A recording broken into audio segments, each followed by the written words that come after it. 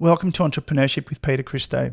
Today I interview Professors Jason Potts and Darcy Allen from RMIT's Blockchain Innovation Hub here in Melbourne, Australia. Jason and Darcy are thought leaders in the decentralized space and contribute their insights to help not only entrepreneurs seeking to solve problems, but also the development of educational content for the university, along with assisting regulators in coming to terms with this emerging space. Jason and Darcy offer important insights into blockchain and how it is emerging as a new frontier of entrepreneurship and innovation. Please join me as I discuss all things blockchain, crypto and innovation with Professors Jason Potts and Darcy Allen.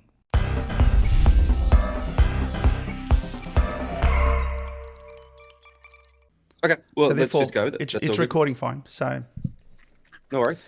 All right, if you can tolerate it, let's crack on. Yes, absolutely. All right. Well, I don't need double Jason in my life, but at this point, that's fine. I don't know him well enough to tease him a bit like that. So, look, welcome to both of you, Jason and Darcy. It's only the second time we've met, but I feel like I already know you. Thank you for doing this, and Jason, I think you this is your first day back too, isn't it? No, this is first week back. Oh, it's first week back. We gradually dribble into work on through January. Oh, very good. The clothes slowly get more formal as the month goes on, and Technically, first day back doesn't start until after Australia Day, but okay. We like to pretend. Nice. Look, I'm pretty pumped to have you guys on board. As I said, my heart belongs to. Obviously, deal in innovation and entrepreneurship, but my heart belongs to blockchain and particularly the finance side of crypto. So maybe we just open this up by each of you introducing yourselves, and then talk a little bit about RMIT's Innovation Hub, the Blockchain Innovation Hub, and we'll kind of kick off from there. What do you say? Sounds good.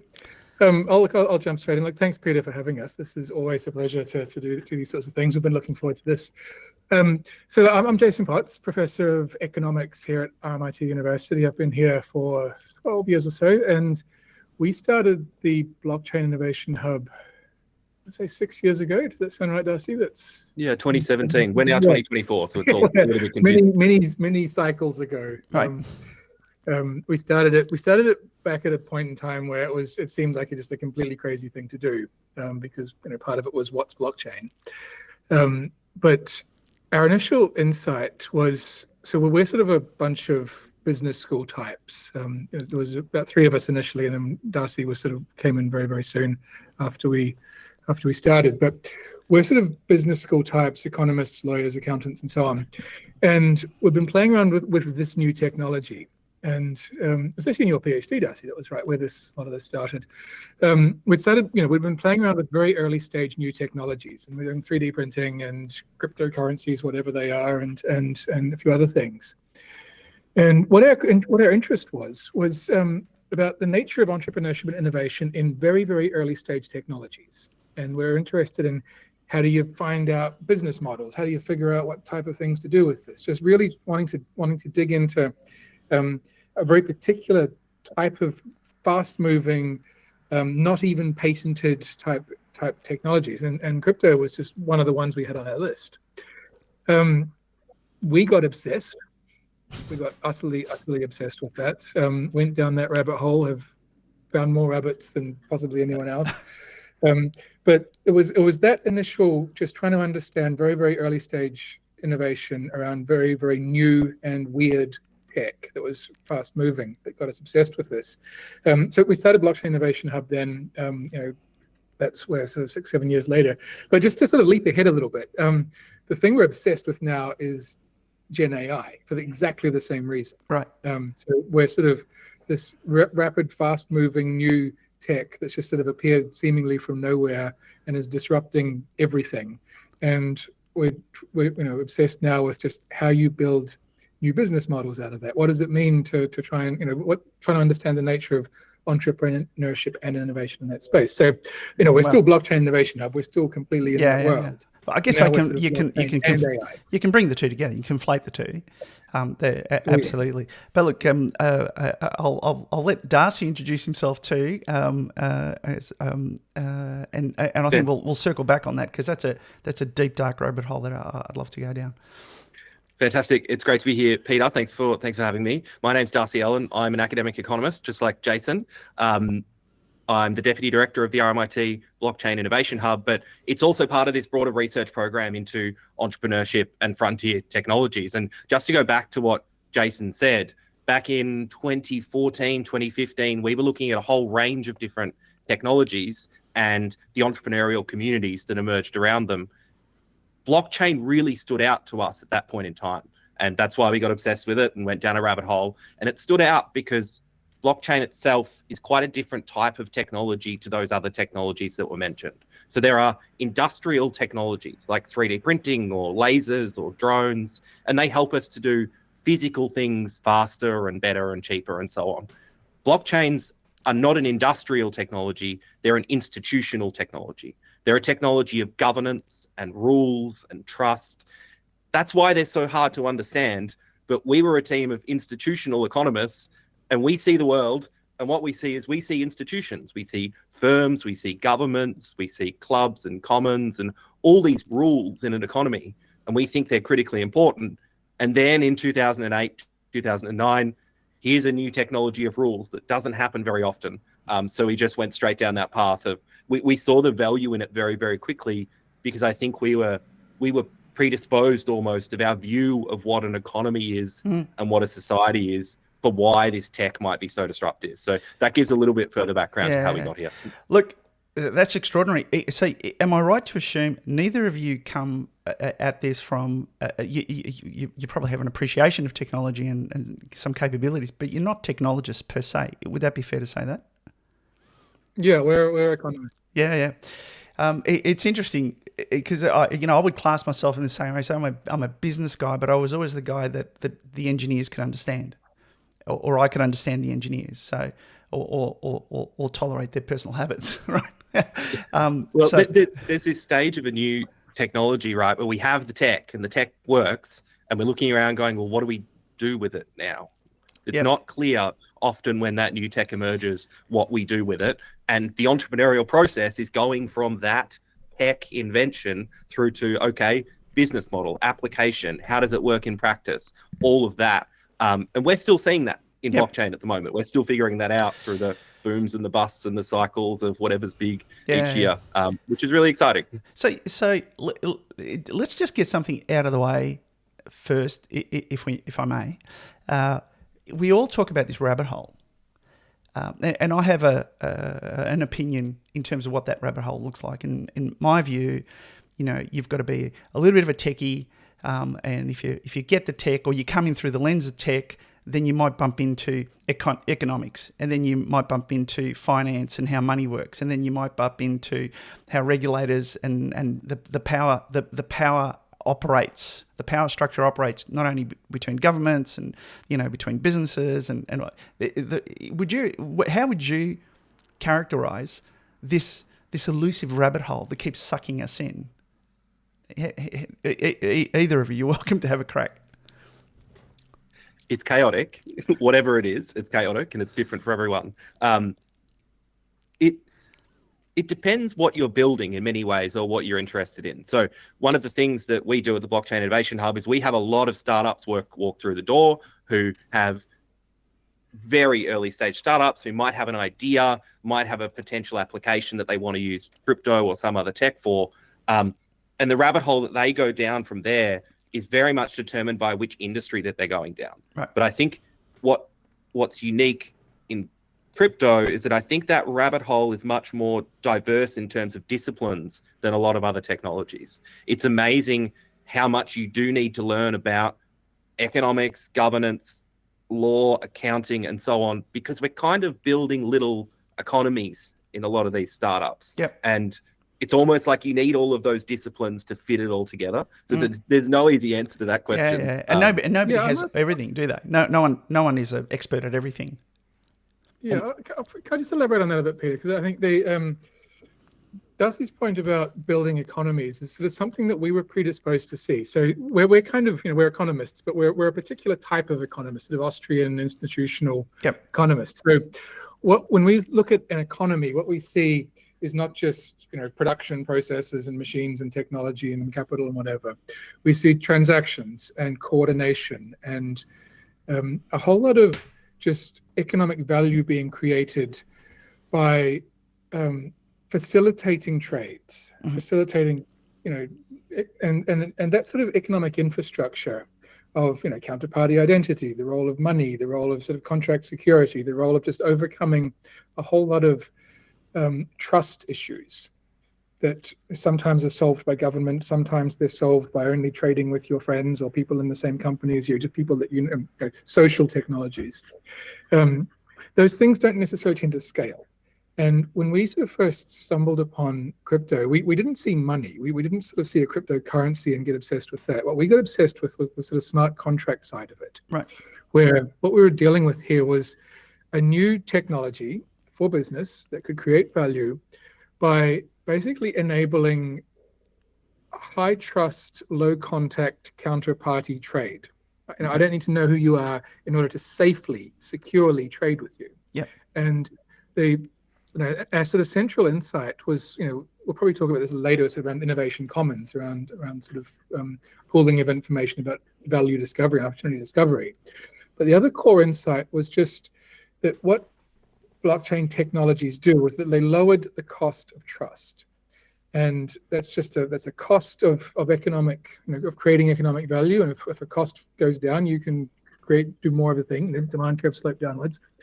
And that was our initial insight, that this is why this is good, why this technology will create value, why this is transformative, why there's all sorts of opportunities there.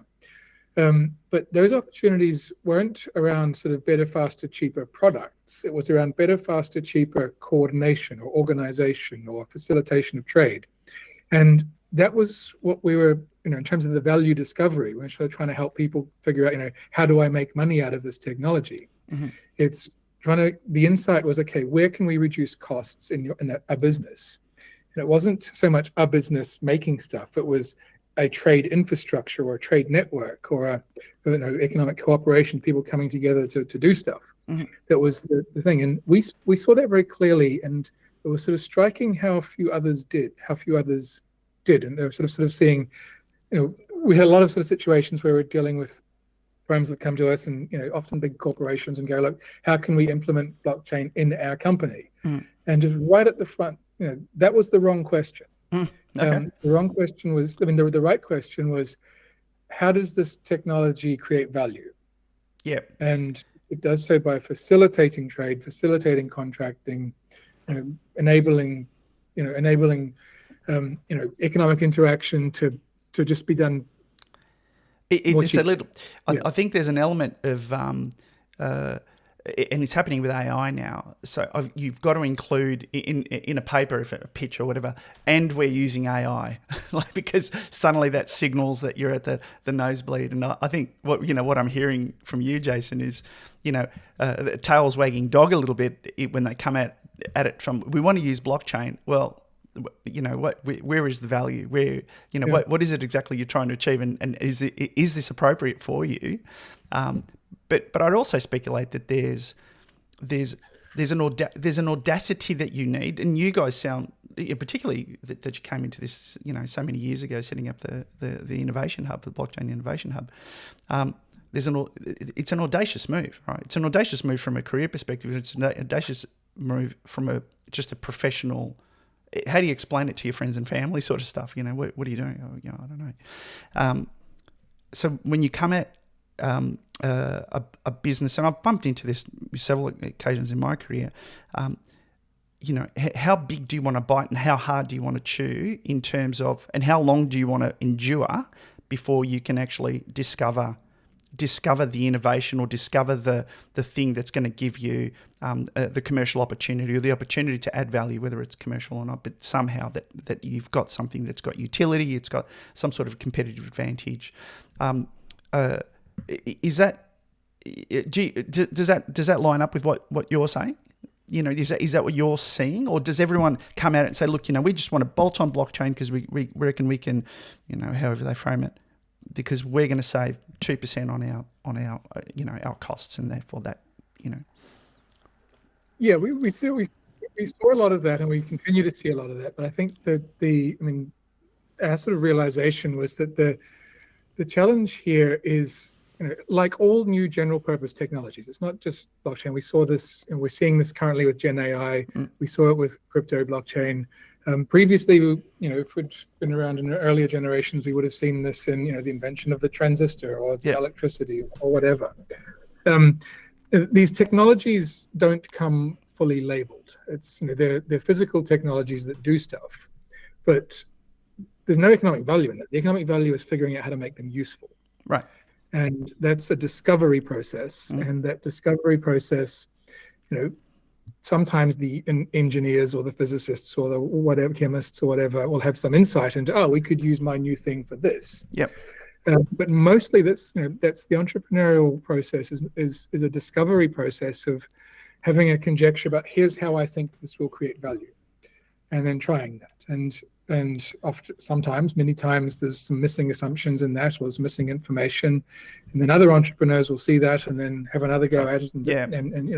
So it's solving the problem. It's an evolutionary process. So knowing the problem having a clear idea of what the problem is that you're trying to solve. Is that, am I interpreting having that a right? conjecture about what the problem you think you're trying to solve is. This is where the market is a selection mechanism that will test your conjectures and hypotheses. And often your conjectures and hypotheses are quite complex and contain lots of different sub conjectures that you're making about the nature of the thing, and these are the costs, and this is the value, and da da da da da. And any business is a bundle of those conjectures. And some or all of them, can be right or wrong.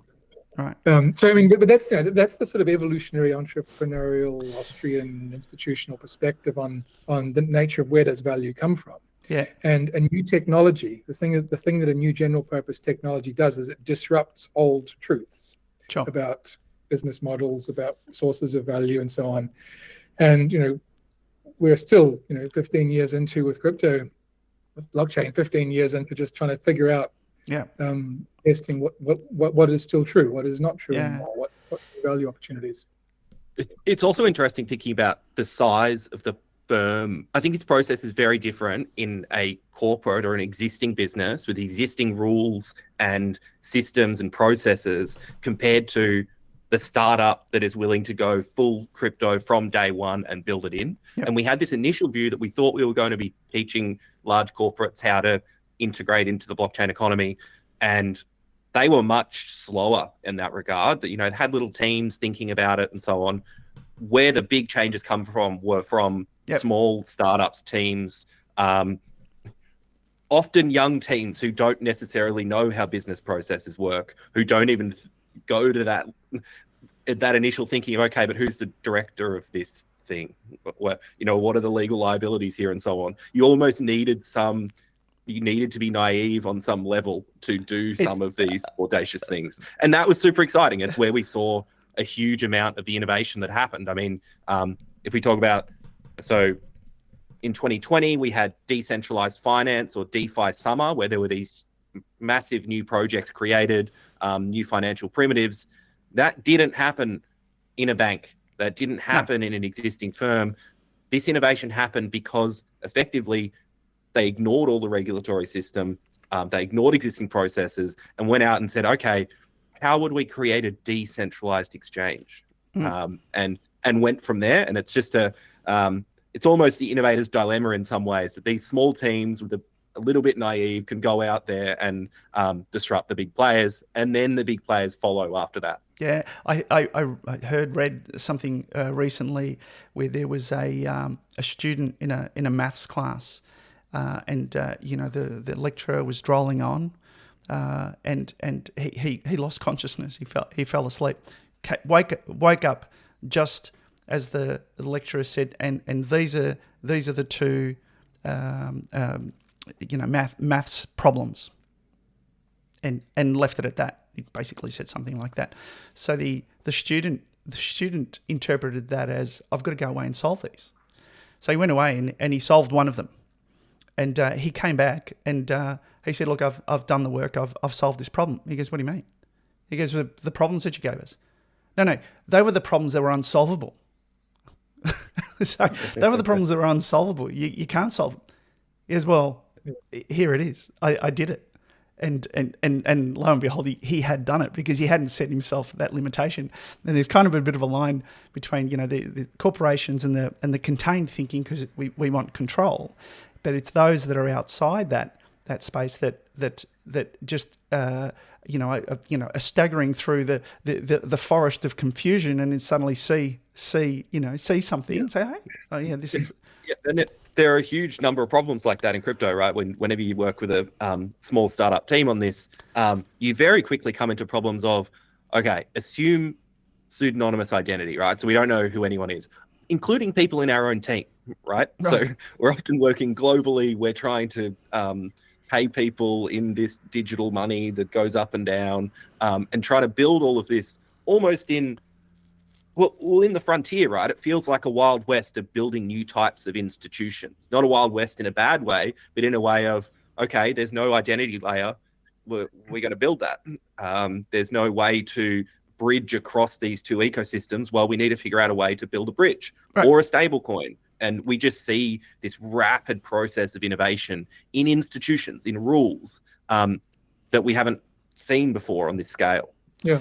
So that rapid innovation that we're seeing on the crypto side is one thing, but the flip side of this is also what's happening on the sort of TradFi or the supply chain side, where what you have in most mature industries with relatively developed technologies, large and efficient and so on, is just enormous legacy institutions and often technical debt and infrastructure. And you see that sort of very clearly in banking, for instance. Banking is a vast global multi-trillion-dollar, industrial system. Right at the base of it are a whole bunch of COBOL programs that haven't been changed since the 1960s because they can't. Like everything else is built on top of it. Right. And that's the same with sort of regulations and so on. That you have these sort of systems that, it's not that we don't want to upgrade them and fix them. We just can't. They're so deep, so rococo, and one of the arguments that I've increasingly coming to sort of quite like about, what does DeFi, for instance, do? Is it's not just a new sort of digital way of building financial infrastructure institutions. It's also a way of basically correcting all the technical debt that is accumulated by just having a way to start again. And there's no way there's no way that any of the big banks could sort of go, okay, we're gonna sort of refactor all our code from start. They just can't. That cannot happen. This episode is sponsored by 3P Legal. I've been a customer of Peter North as my lawyer and now 3P Legal for over a decade. Peter and his team are friendly and approachable, which takes the stress out of having to navigate the complexities of legal business matters. Whether starting a business, buying or selling a business, handling contracts or estate planning, their personalised attention and quality of work is second to none. Find Peter and his team at www.3pcorp.com.au or email pnorth@3plegal.com.au if you need commercial or personal legal services, particularly if you're a startup. Yeah, but even if they did, they'd be building the same thing again. There's no outside the box thing. You say we're going to go to a decentralized, open, source environment. Sorry, Jason. And I think this is something we've been particularly fascinated with, was this question of, how do you do a tech upgrade on an industry where a lot of that tech upgrade, you can, with sort of a lot of energy systems, we're seeing a lot of regulatory pushes to try and force that these are the new regulatory requirements that you have to meet, and that kind of forces the new techs that coming in to meet that so you can have regulatory push on it. You can have sort of entrepreneurial push where, the companies with the best tech will try and buy the other companies up, and then they'll integrate it all. And that was the hope with supply chains, that we would have supply chain digital upgrades by sort of some big companies buying little companies and then imposing that. But then they run into competition policy or monopoly problems there. Right. So just tech upgrade of industry infrastructure is an incredibly difficult thing to do. Governments can try their best to push it through. Big companies can try their best to integrate it. And what we're sort of seeing with blockchain tech, smart contracts, is just a third way where you're not burning everything to the ground. You're just building a new pathway, and people can gradually migrate to the new pathway. But it's those layers. It's those layers where it's like building the railway infrastructure, but it's a volunteer group of people building the railway and then putting your cabooses across the top. And now we're even seeing this in physical infrastructure, right? So there's this big push at the moment into DePIN, or decentralized private infrastructure network. So this is essentially using cryptocurrency as a reward to incentivize people to buy some physical hardware. So some node that will run wireless connections or pick up low range physical objects nearby. We've got hundreds of thousands of these physical nodes across the world now, picking up and sending and transmitting wireless communication, because those people were incentivized and paid in crypto. So it's almost, we've gone and done a lot of the digital stuff, and we're still working on that. But now we're seeing more and more push into the physical world to build decentralized private infrastructure. Are you talking like I've got a Raspberry Pi that runs a Bitcoin node, Umbrel Bitcoin node and that Bitcoin node and a few? Are you talking about those sorts of things, or are you talking about something else? So there are a few different ones. So one of the big successful ones is called Helium, which is a wireless communication network. Right. There is a cryptocurrency underpinning that incentivizes people to spend $1,000 or a couple of $1,000s on this physical node and then pay them as they transmit data. Right. And we've got the same sort of thing going for file storage. So instead of storing with Dropbox or whoever you're storing with, IPFS ways type to thing. incentivize, so people, yes, exactly, ways to incentivize it. Now it's actually infrastructure as well. Yep. So there's sort of a stack of infrastructure being built out, from money, identity, contracting, property rights, file storage. And you start to see how that looks a bit like the institutions of an economy, right? Well, what's interesting about it is it's decentralized infrastructure that's solving this problem of, how do you build global scale infrastructure for communications and moving stuff around, or whatever. Now, traditionally, infrastructure like railways or satellites or roads or ports or stuff, you have to start, you have to start with $1 billion or more, right? Yep. There's no one gets to do that at a small scale. Normally, this is what governments do, because they can tax all the citizens and pull together the huge amounts of finance that's needed to build infrastructure. Or just print the money. And the thing about DeFi is that it's a new model where you're breaking it into a coordination problem. What infrastructure should we build, and how do we incentivize it? And then a financing problem, which is, well, instead of having one huge company gather together huge amounts of finance and deploy this to build the infrastructure, what we're going to do is have a protocol that will coordinate thousands or millions of people to come together and build all the parts. Right. And it's a new business model for building global infrastructure. And what's incredible is that it's a new business model for building even bigger infrastructure than sort of nation state stuff. This is global scale. Because incentives are aligned. Yeah. So, again, what's interesting there is new business models, new entrepreneurial models for innovation in a thing that we thought we'd solve hundreds of years ago, right? Just, governments build infrastructure and they have a company that's regulated, and then you do taxes and whatever to finance that, the old nation state model of infrastructure. Now along comes magical crypto money and completely disrupts all of it in a way that we're still, we're right at the beginnings of that disruption. So when we're thinking about this stuff, normally from an innovation entrepreneurship perspective, you go on a couch, or guy or girl on a couch with an idea, pop, question, mark, light bulb goes off. Into the garage, they go tinker, tinker, tinker, tinker, tinker, bing. It's gone, bing, I've got something. And then they open the garage door and they go to the marketplace and go, I want to sell it. Right. So there's that. And more that thing is usually a consumer product. They're like, here's a widget that some people will want, and they're imagining it as a I'll take it to the shops or the marketplace and I will sell it to the people. And this question of what is entrepreneurship in crypto, and when we having to explain it to our friends and colleagues, they go, but I don't see it in shops. Where's the sort of where's the breakthrough product. Right. And this is right there. Let me stop you right there. It's not a product. Yeah. It's institutional. It's an institutional technology. It's not a consumer product. It's not industrial technology. We're not selling paint or cars or songs or whatever. Right. We're building economic infrastructure, and all of the sort of entrepreneurial action in crypto right from the start was Satoshi, here's a new money, or here's a new sort of asset infrastructure. Vitalik, here's a new contracting tool. Infrastructure, institutional infrastructure, and that's why this technology is weird, and I think why just a lot of otherwise smart people have just misunderstood what it is. Yep. And I think it's because it's a surprise. Most tech doesn't work like that. Sure. Yeah. So maybe tell me, either of you. So when someone knocks on your door and comes into the Blockchain Innovation Hub, what happens? You say they're at idea stage. There might be a prototype stage. What's your mandate? Give me some examples on how you help people. So often it starts by sitting down in front of a whiteboard and trying to figure out exactly what's going on here. Where is this idea?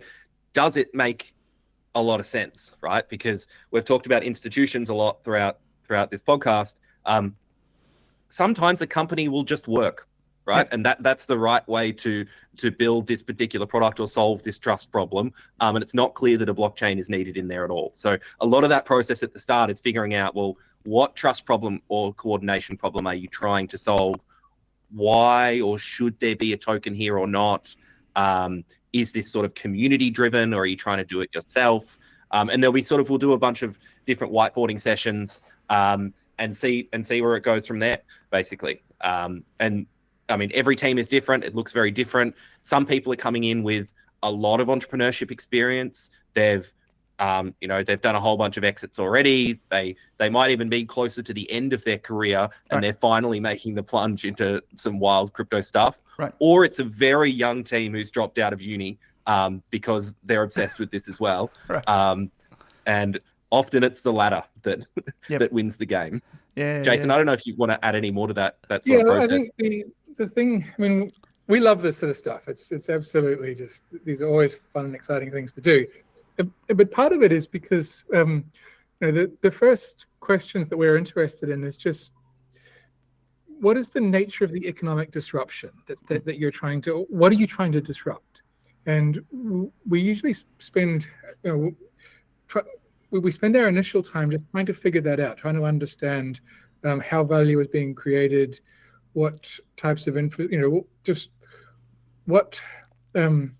where is the source of value that's being that will be created or released through this process. And once we can understand that, then we can sort of get a sense of, okay, well, here's the bit that we need to control, or this is the bit that we want to try and bring others in on, or whatever. Which parts do we want open and public? Which parts do we need to close off? And that then becomes the basis for the business model and so on. So what we're fundamentally doing is economic design. Right. Yeah. So do they just scribble away on paper, record the conversation, or do you produce something for them? Say, look, where do you stop? Or do they come back every week and you go, okay, enough now, you got everything? It's an iterative process. Lots of blackboards and coffee and shouting and so on. Right. But I mean, I think we initially we see ourselves very much as, we like to come in early on these projects, and we like to sort of see ourselves as contributors to these, to sorts of processes that are going on here. But this also helps us. I mean, we work for a university. We're in the knowledge creating and knowledge transfer business. So this helps us to understand what we get out of this is we get to learn about the new types of business opportunities and challenges and problems that we're seeing in the space. We can relay that to others in the industry. We can relate that back to students in terms of, look, here's what we're seeing and finding. Okay. In partnership with whoever walks through the door, we often figure stuff out, and that then becomes material that we can. I think it's an invaluable service that you offer, and I think I alluded to the fact that I've got something to talk to you about, which we'll do at another time that's suitable for you. But I wanted to kind of cut the conversation over into the emerging regulations, particularly around the finance industry. I think. All this, these ideas bubbling up and coming in and trying to find a place in the marketplace and go to market. There's a cart and horse type thing, right? So we off we go. Now I know Darcy, I presume you have too. Jason contributed to some of the information you've been sending to the governments and the Senate committees. Maybe talk a little bit about that. Yeah, of course. So we've sort of long been involved in the policy space in crypto and other tech, because this is a thing that happens again and again. A new tech comes along, breaks a whole bunch of rules. There's a process where the politicians don't understand it, the departments don't understand it, none of them talk to each other, and the sooner we can get through that, the better. It's good for entrepreneurs, it's good for the economy, and so on. So since, it's probably been 4 or 5 years, 4 years ago maybe, Australia had a national blockchain roadmap that Jason was involved in. There's also been a bunch of Senate inquiries, multiple Senate inquiries running after each other. There's been Treasury inquiries, trying to figure out how do we deal with crypto. So there's this new asset. We're not really sure what it is to start off with. Even to start off with, is it money or is it property? What is it? What bucket do we put it in? I'm giggling a little bit because, they were trying to get their head around that. They never quite, they sort of started to get there, and then AI rocked up. It was like the bigger guy came in the room and we're dealing with this bloke. Now you've turned up with this bloke. Exactly right. So we've been involved in a bunch of the AI inquiries recently as well, because this process is happening again. But in one of the fundamental problems with crypto and regulation is that our regulatory systems are built to deal with a specific set of institutions, specifically companies and markets, right? And we've got a pretty good idea now of how you regulate a company, right? You come up with some rules, and then when the company doesn't do the thing, you go and knock on the director's door and say, stop doing the thing, or we'll put you in jail, right? We know how to do that, and we have an idea of how to regulate markets as well, in terms of competition policy and so on. Well, of course, those things are not perfect, but we have an idea. Crypto comes along, decentralized, not very many, there's lack of identity layer, there's no directors.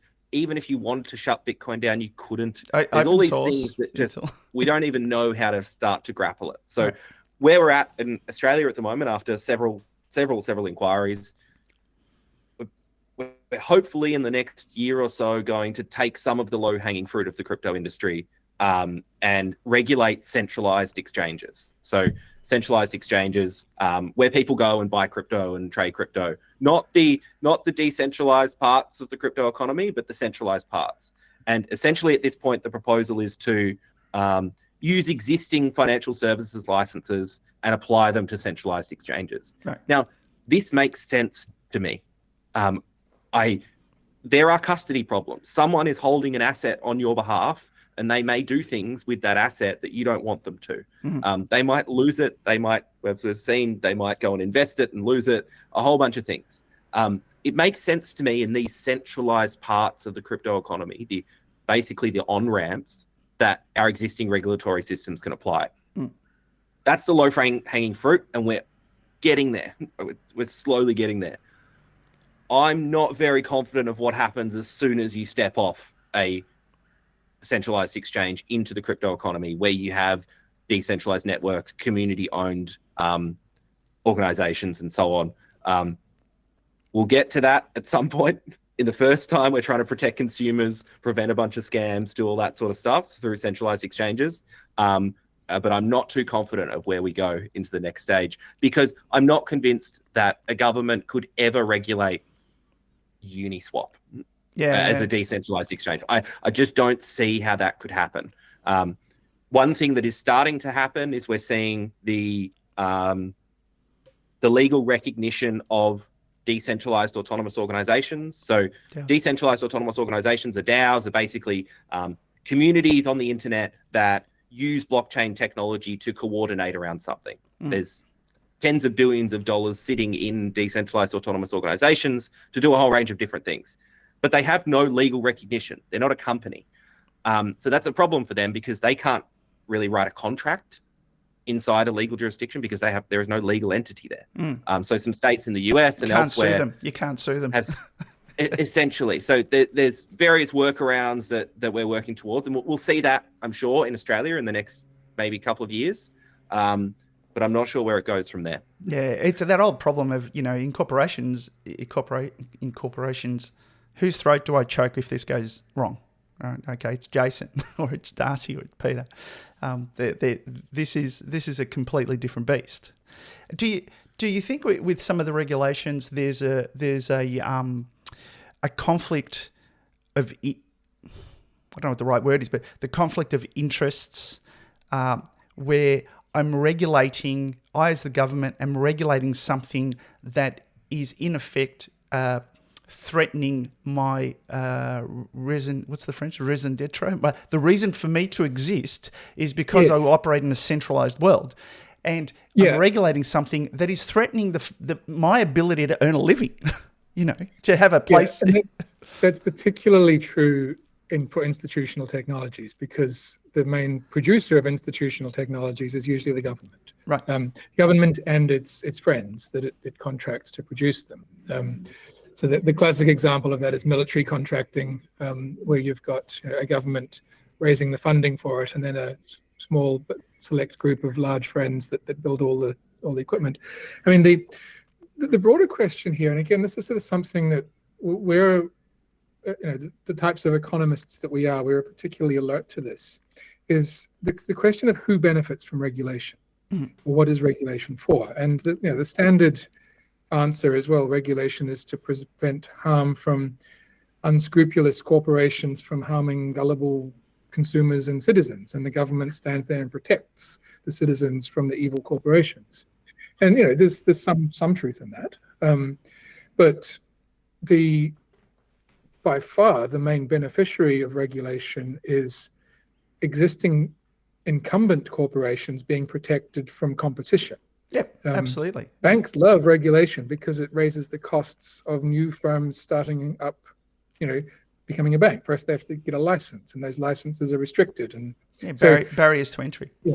Yes. So when you see it that way, the beneficiaries of regulation are existing corporations because they can basically lock in their business they can legislate their business model. Mm-hmm. Their business model becomes written into legislation and regulation such that they have a comparative advantage in running the business with that business model, whether it's branch banking or whatever, and using that technology.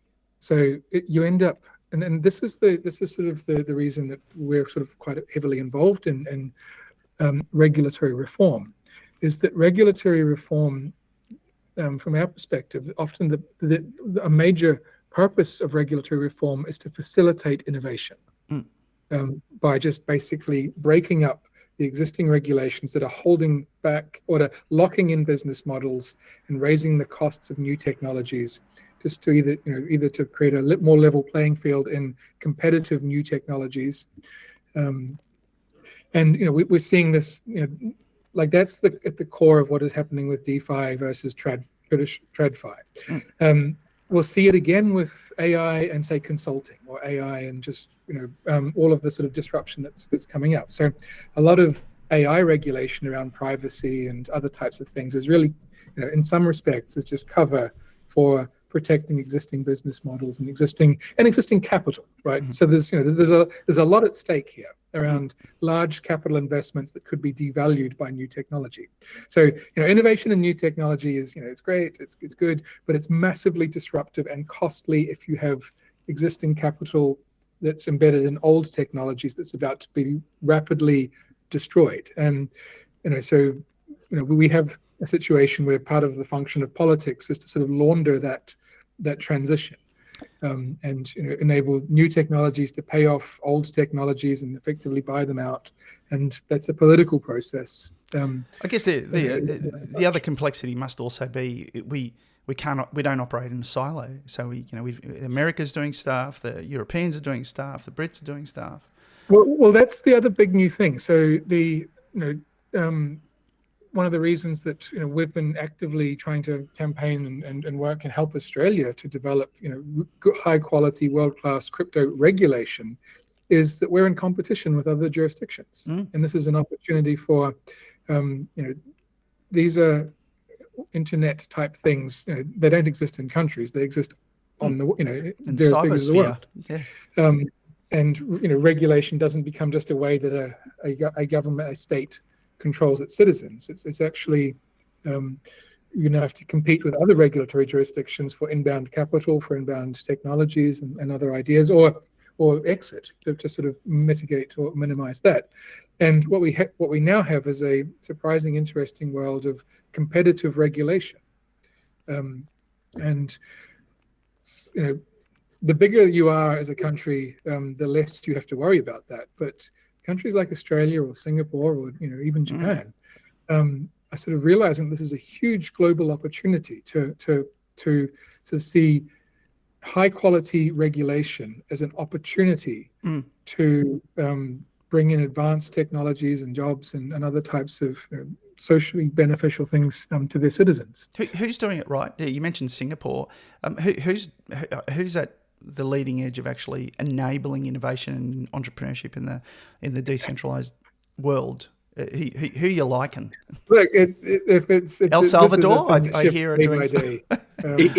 I mean, that's the most interesting thing, Jason. This is genuinely changing from month to month, right? You'll go to a crypto conference somewhere in Asia, for instance, and one year the leader was Singapore, and you go back the next year and everyone's talking about Japan or Dubai or wherever it happens to be.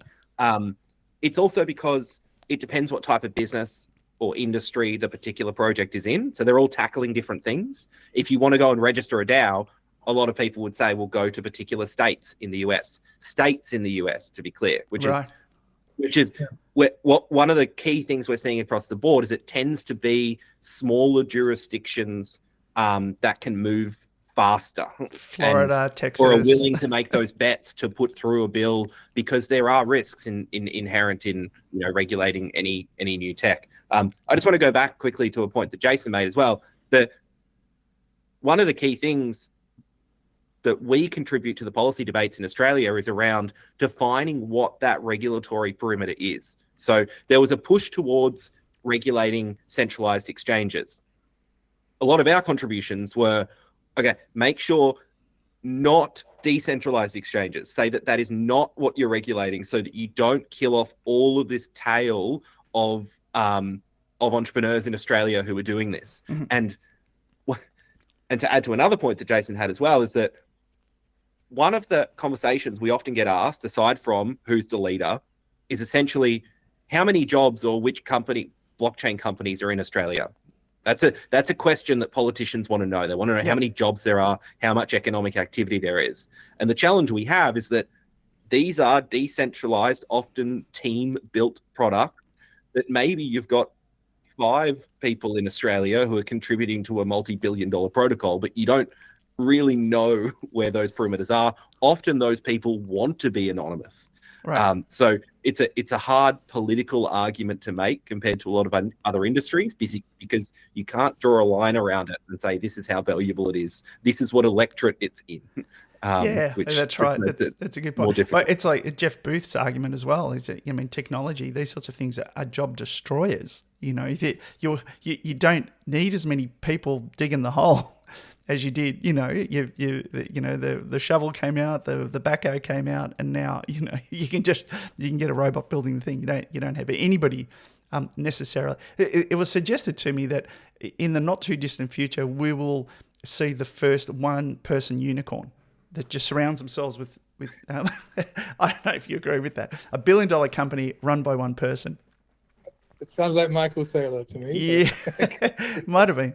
It might have been. So what is there something? I guess that this. I guess we're going through this transitional sort of phase. Is there something we're not talking about? Is there something in the space that really is going to catch us? Look, I think the thing that we're not talking about enough is just the why this is good. And the simple, clear answer is that most government infrastructure in the world is horrible. We're truly blessed here in Australia that we have relatively good government that has been for over a century, has been building high quality infrastructure, and it's we're okay. Most of the world isn't like that, Right. and most of the world lacks just basic identity infrastructure or money transfer infrastructure, or just a whole lot of things like that. And first Elon Musk for putting satellites all around the world, and now we've got we've got internet in space, and what that means is that wherever you are in the world, you can get the internet. That took a private company to do that, right? Because there is no government at global scale that is responsible for that, and hopefully there never will be. Yeah. And it's this just bringing on board the other 6 billion. Yep. We've talked about that occasionally in the past at different moments in crypto about unbanking the banking the unbanked and so on. But that really is it, right? This is the ability to bring on just everyone on Earth at a level of just you get to participate in the global economy on an equal level, regardless of where you were born. I guess that's an incredible thing to do. It is. I couldn't agree more. I did a recording yesterday with a lady called Valini Jacobs out of Vanuatu who supports small agricultural developing economy entrepreneurs, particularly female entrepreneurs in Vanuatu. I spent some time in Vanuatu, and to your point, Jason, I was when I was there. I went there twice. My partner was over there for work. I was astounded at the poor quality internet there. And I said, why aren't you guys just getting Elon's, dishes and just rolling them out? Well, the government, the lens in which the government looks, and there's plenty of corruption. There's plenty of problems in the South Pacific, and also the geopolitical issues that they're facing. They're trying to control their world. So it's basically two telcos in the area, and the government is still saying if Elon's going to deliver his packages here, he needs to do it in partnership with the local companies, and they need to. Whereas I could just arrive with it in a bag, slung over my shoulder, and just go through and go, oh, this is a computer. It's just a computer. This really is a substantial break in how we change institutions in developing economies, right? So I think this is underappreciated, that what we know that institutions and the rule systems of an economy are incredibly important for entrepreneurs, for prosperity, for growth, for all these things. So you're stuck with some corrupt or bad institutions. How do you change them? Well, you can try and convince the politicians who have the entrenched interests in those systems to change them. Unlikely to work. You can take over the country and put your institutions in that country. That's one way that you'd like us to invade Vanuatu. Okay, Darcy. you can not advocating revolution there, just to be clear. you can beg the government to say, we want a special economic zone over here. Right. So we're going to create this separate area, and it's going to have different rules. You can keep all of your entrenched interests, but let's just see how the common law goes over here, and whether it prospers or not. All of those things are often violent, bad. They take a long time. That's not necessarily what we want to do. Now we have a situation where you're in a developing economy. Your money is inflating rapidly. You want to sign a contract with someone. You can take your pick of a stable coin. Instead of going to the corrupt court down the road, you can have a smart contract with decentralized dispute resolution. To set up your company, you can create a decentralized autonomous organization without moving. And that is it's not just incredible for those people who are doing it individually, but I think what we're about to see is a big wave of pressure back onto those political systems to change the institutions for everyone. Right. in that.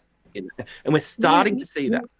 Let me sharpen this up. So 20th century entrepreneurship and innovation was mostly about entrepreneurs coming up with products to sell to rich people, more or less. Rich people means the sort of first world. 21st century entrepreneurship and innovation is people coming up with new infrastructure to sell to the rest of the world.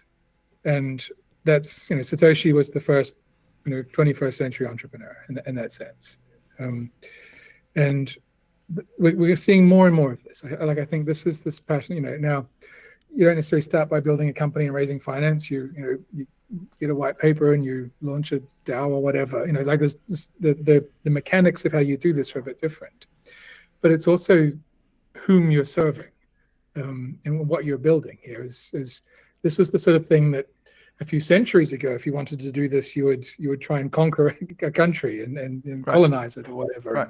And now, thankfully, we don't need to do that. We can just build infrastructure, and if people use it, great. Yep. Up to them. This is the sort of peaceful global transition to building a global economy, not through the World Bank or various other corporate or empire-ish ways, but actually through entrepreneurship and innovation.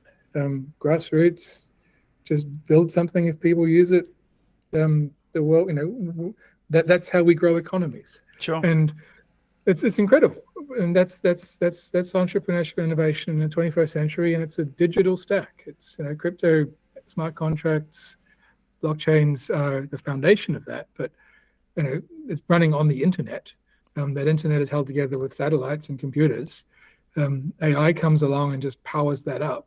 The stack is starting to get deeper and deeper, and there's a surprising amount of open source in that stack. Oh yeah. It's like this is what we're excited about. This, and I think this is how we sort of see the golden purpose of the Blockchain Innovation Hub is we're building a new economy, and we're building it not in Australia. We're building it at a global, planetary scale here, and it does look and feel a bit different in terms of the way it's done. But fundamentally, what is still there is that this is a job. This is entrepreneurship and innovation are what are driving this. What a wonderful point at which to stop this. I think that kind of encapsulates I guess your mandate, I guess, as an organisation. Would you like to say I guess leave listeners on how to find you and how to engage with the hub? Of course, we're on the internet. So we have a website, RMIT blockchain.io, but we also what we try and do, which is different to the standard academic process, is we like to tweet a lot. We like to write a lot of Medium posts. So you probably best to find us on Twitter or X, whatever we're calling it now. X, I believe. We're all on Twitter, and we try to put out as many ideas and keep it as open as possible, rather than waiting for an article to come out in 2 years or however long it takes. So please reach out on any channels, and we love to chat with anyone and everyone in the crypto or related spaces in Australia. Okay, all right. Thank you, gentlemen. I can't thank you enough. This has been extraordinary. I love this space. I hope we can do it again. There's a lot to unpack here. We could have gone probably half my page of things I wanted to talk about. But I'm conscious of your time as well. Thank you so much. I'm going to email you that other thing that I want to sit at the table with you and carve out a little bit of your brain power. I'd love to hear your thoughts, and I will hopefully have you on again. Thanks, Peter. Fantastic. Absolutely a pleasure. Thank you. I hope you enjoyed my discussion with Jason and Darcy. I know I did. Feel free to email us your comments at hello@entrepreneurship.au. And until next time, stay safe and stay curious.